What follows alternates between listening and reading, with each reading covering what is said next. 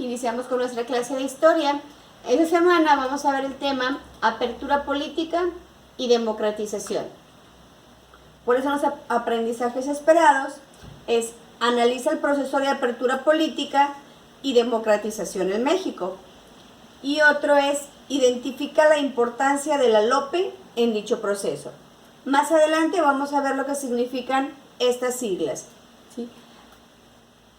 Nosotros en formación también estamos viendo lo que es democracia, pero recuerden que en historia estamos viendo cuál fue el proceso que se llevó y que se ha llevado a cabo para tener la democracia en este momento. En una democracia hay leyes o reglas de quien puede tomar las decisiones sobre los asuntos públicos y qué procedimientos se deben seguir para tomarla. Pero no basta con que existan leyes, es necesario que se cumplan. ¿Dónde están establecidas las leyes? Sí, en la Constitución de 1917. Dice, pero no basta con que solo existan, las leyes existen, pero si no se cumplen, no hay democracia. Vamos a ver cómo vamos a tomar el término democracia. A recordarlo. Democracia es una forma de gobierno del Estado donde el poder es ejercido por el pueblo mediante mecanismos legítimos de participación en la toma de decisiones políticas. Etimológicamente, democracia significa, la democracia es gobierno del pueblo, ¿sí? ¿Qué quiere decir? Que el pueblo, nosotros los ciudadanos, decidimos y tomamos las decisiones para decisiones políticas. ¿Sí? ¿Por medio de qué? Por medio del voto, por medio de la participación, por medio de estar hablando y participar en las diferentes acciones que nos pide la sociedad.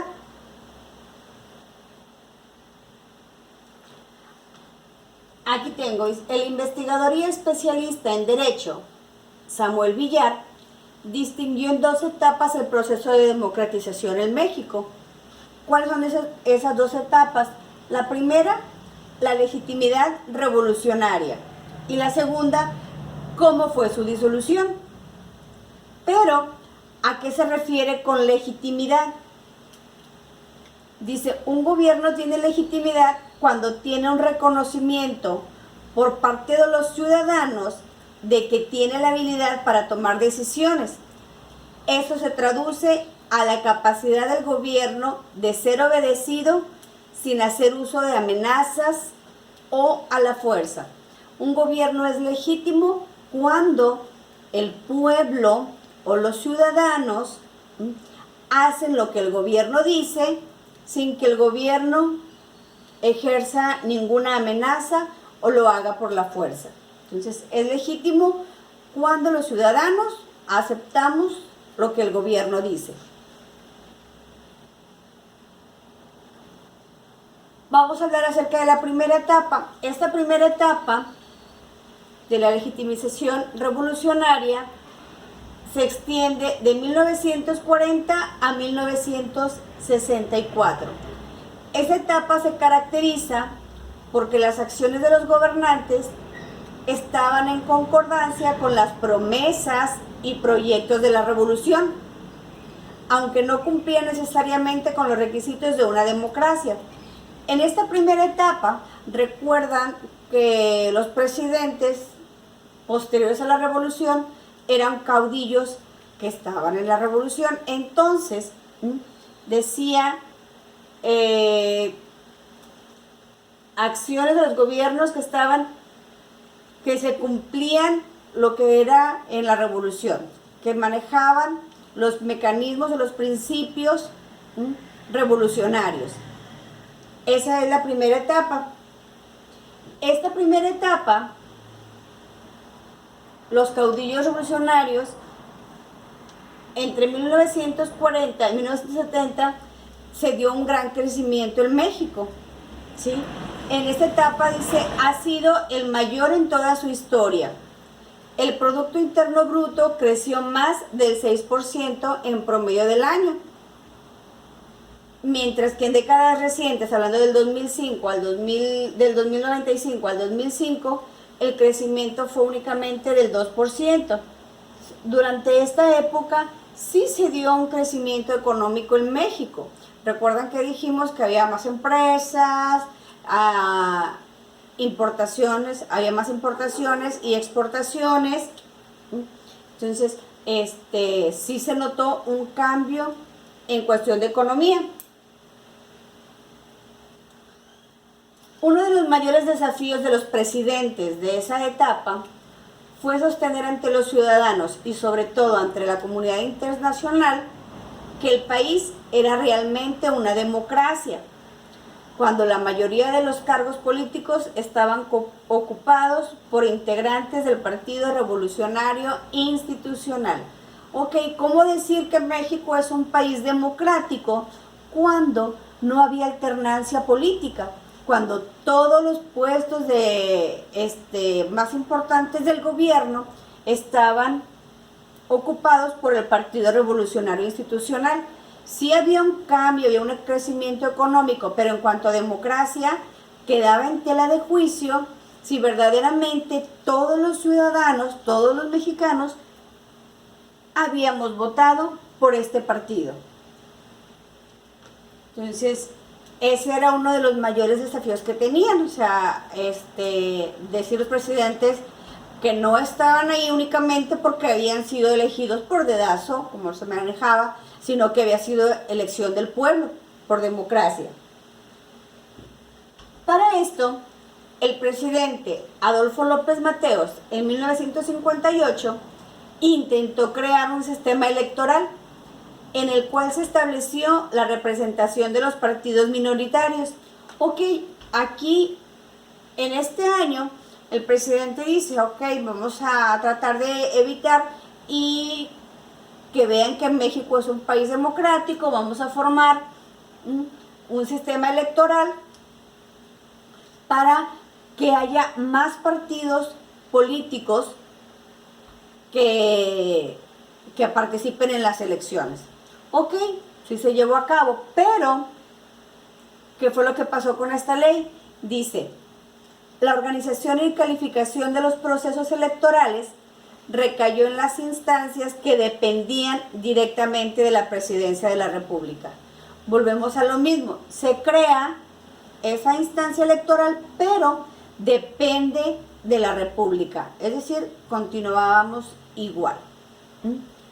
Ahorita, chicos, les voy a mostrar un video en el cual va a hablar de diferentes presidentes y cómo se llevó a cabo el proceso de democratización en México. Este video que les voy a presentar lo vamos a ocupar para las clases posteriores. Pongan mucha atención.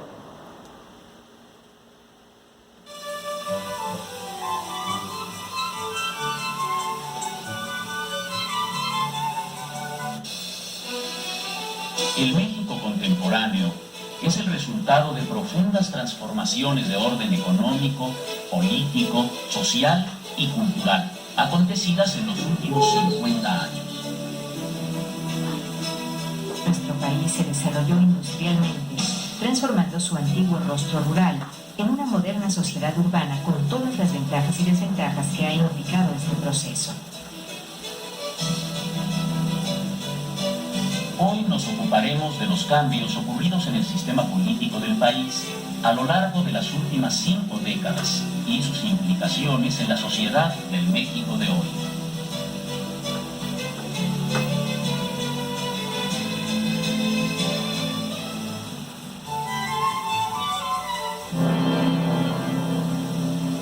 A partir del gobierno de Manuel Ávila Camacho en 1940, el Partido de la Revolución Mexicana, PRM, sufrió cambios profundos que establecieron las bases de lo que sería el sistema político mexicano.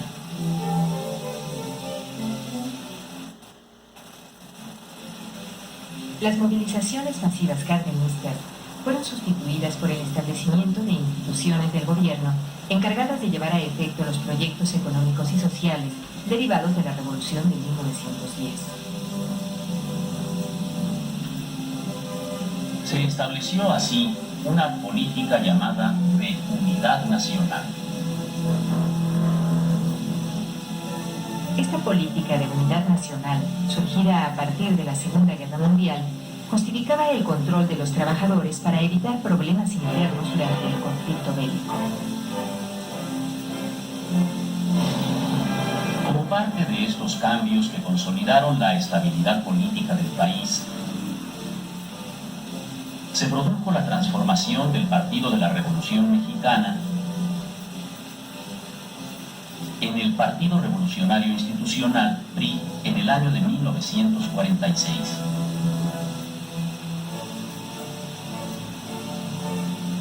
Esta transformación del partido gobernante tenía como objetivo preparar al país para los tiempos de la posguerra,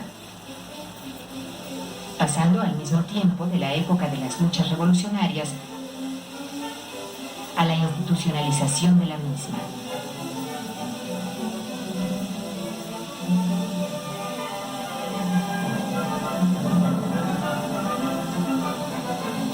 Después del gobierno de Manuel Ávila Camacho, último presidente proveniente del ejército, el PRI se consolida en el poder ahora con gobiernos de civiles, empezando con el presidente Miguel Alemán en 1946.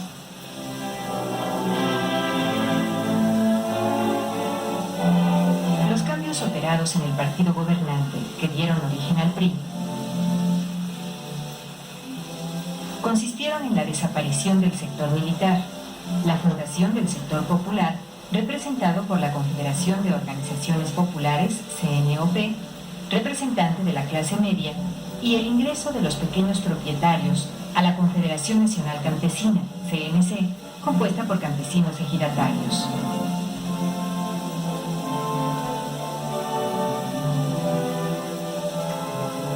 Por su parte, el sector obrero, afiliado a la Confederación de Trabajadores de México, CTM, continuó sin modificaciones y junto con la CNC y la CNOP mantuvieron una relación de apoyo al gobierno, continuando con la política de unidad nacional. Con el gobierno de Miguel Alemán, la industria se impuso sobre la agricultura, contando con el apoyo del sector empresarial. Para impulsar la vida civil democrática, se promulgó en 1946 la Ley Federal Electoral, con el fin de conformar jurídicamente un sistema de partidos políticos.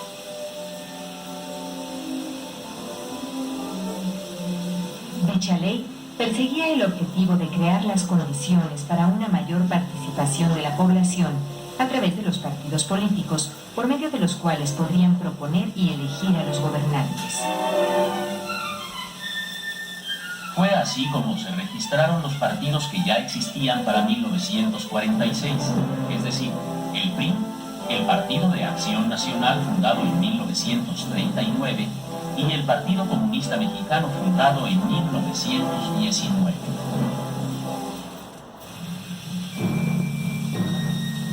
Años después, se registraron dos nuevos partidos, surgidos de divisiones del partido gobernante, que fueron el Partido Popular, fundado en 1948, y el Partido Auténtico de la Revolución Mexicana, fundado en 1954.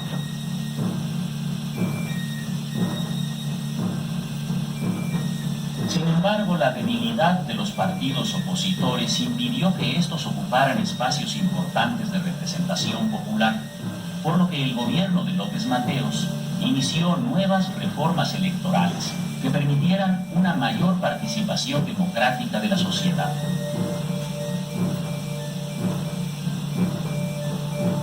No obstante estas reformas, las décadas de los 50 y 60 fueron escenarios de movilizaciones populares en demanda de mejoras económicas y democratización de las dirigencias sindicales.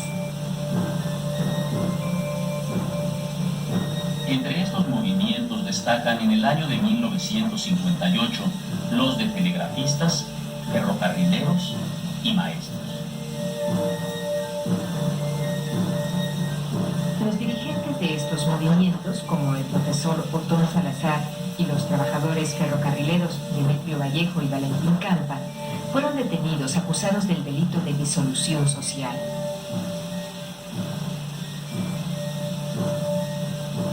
Pero fue el movimiento estudiantil de 1968 el que expresó con mayor fuerza la necesidad de nuevos cambios para la democratización de la sociedad mexicana.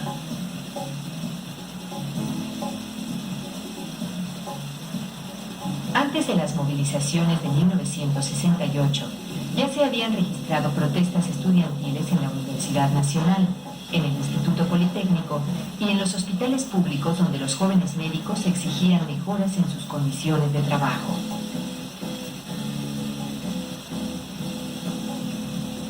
El movimiento de 1968 se inició con un enfrentamiento entre grupos de estudiantes y, al intervenir la fuerza pública, generó una huelga de protesta de varias instituciones de educación superior que se organizaron alrededor del Consejo Nacional de Huelga.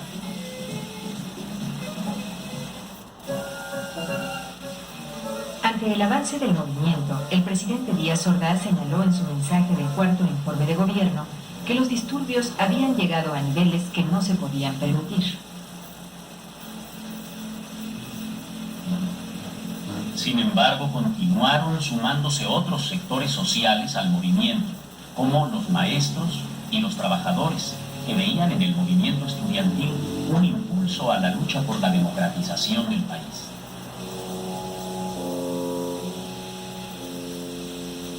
El movimiento estudiantil culminó con los sucesos del 2 de octubre de 1968 en la Plaza de las Tres Culturas en Tlatelolco.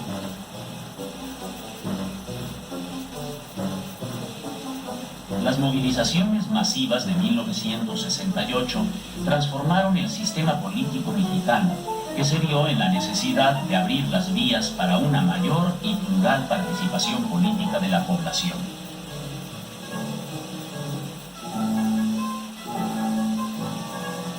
Recordemos que el movimiento estudiantil en México fue la expresión no solo de lo que sucedía en el país, sino también de los ideales de libertad, pacifismo, justicia y otros, surgidos en la situación mundial de la Guerra Fría y de los movimientos de liberación nacional en Asia, África y Latinoamérica.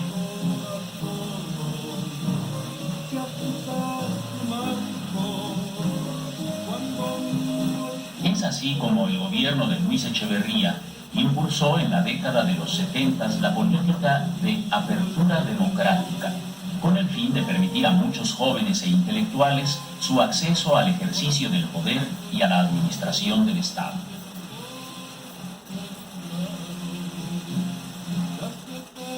De igual forma, se redujo la edad necesaria para poder votar de 21 a 18 años y para poder ser electo diputado y senador a 25 y 30 años respectivamente.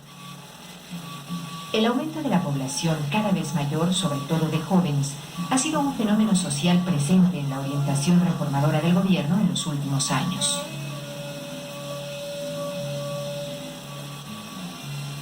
Durante el gobierno de José López Portillo, la reforma política se plasmó en la Ley Federal de Organizaciones Políticas y Procesos Electorales, que fue aprobada por el Congreso en diciembre de 1977. Esta ley, además de elevar al rango constitucional el reconocimiento de los partidos políticos como entidades de interés público, se orientó a la ampliación del sistema de partidos y a la participación de estos en el Congreso.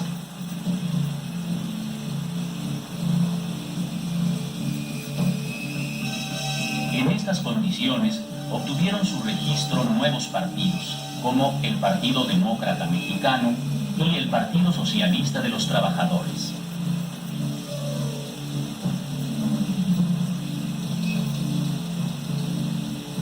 El gobierno de Miguel de la Madrid continuó actualizando y reformando la legislación electoral en el intento de avanzar cada vez más en una mayor democratización de la vida política del país.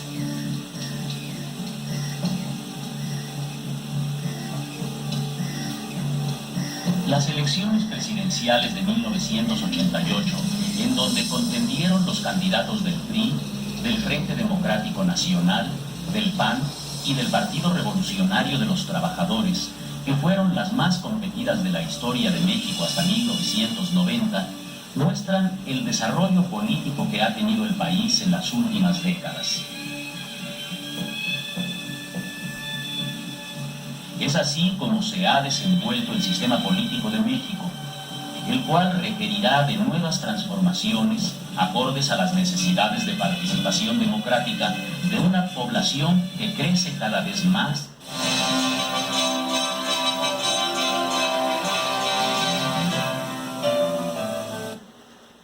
Ok, chicos, como vimos aquí en el video, ¿verdad?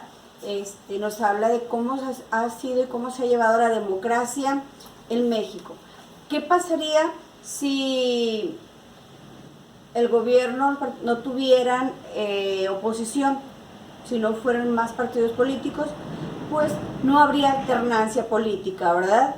Ahora, también, ¿cuál sería uno de los peligros al seguir con esa misma política o ese mismo gobierno?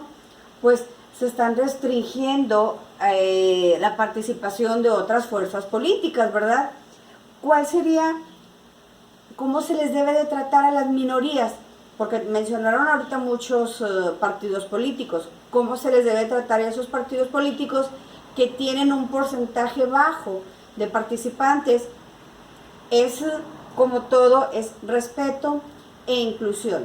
Aquí es importante también manejar que el papel de la sociedad civil es vigilar, participar y exigir en todos los mecanismos democráticos, y que sean respetados y que estén representados por todos los sectores de la sociedad en el gobierno.